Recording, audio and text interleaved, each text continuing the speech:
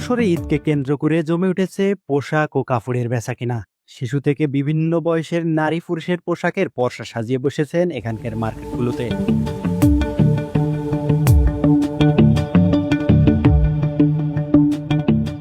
বাজার জমজমাট হলেও রমজানে বেচাকেনা কিছুটা কম।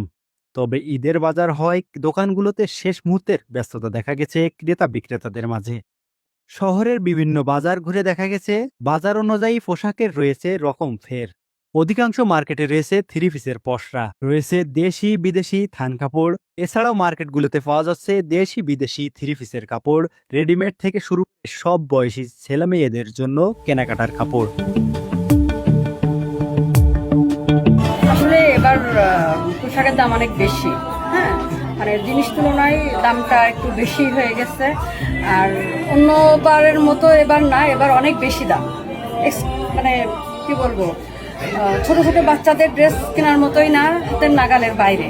ঠিক আছে, তারপরেও এখানে মোটামুটি কালেকশনগুলো ভালো আছে ইজিতে। আমার মেয়ের জন্য করেছি আড়ং থেকে, আমার জন্য করেছি আড়ং থেকে। এখন আমার হাজবেন্ডের জন্য এসেছি ইজি ব্র্যান্ডে, কারণ ও সবসময় ইজি ব্র্যান্ডের প্রোডাক্ট পছন্দ। দাম কেমন? মানে ঠিক আছে, কোনো প্রবলেম নাই। হচ্ছে গতবারের থেকে আরো বেশি উৎসব মুখর, কারণ হচ্ছে আমরা 15 বছরের রেজিমের শেষে আবার নতুন করে হচ্ছে মোটামুটি এবার একটা ঈদ পাইছি আর কি। তো মোটামুটি ভালোই চলছে সবকিছু, কিন্তু গত বছরের তুলনায় দামটা একটু বেশি মনে হচ্ছে, কারণ বর্তমানে বিশ্বের পরিস্থিতি তো একটু রানিং পজিশনে আছে। তো পাঞ্জাবির চাহিদাটা একটু বেশি। সব মিলিয়ে কেনাকাটার কি অবস্থা? সব মিলিয়ে আসলে কেনাকাটার অবস্থান এই পর্যন্ত ভালো।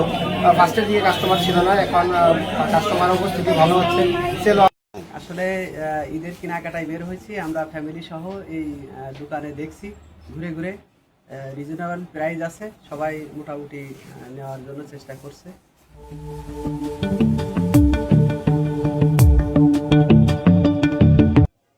আমার একটা ড্রেস পছন্দ হয়েছে, ওটা আমি নিব, ট্রায়াল দিচ্ছি। আমি এবার ঈদে শার্ট প্যান্ট জুতা গেঞ্জি এসব কিনেছি।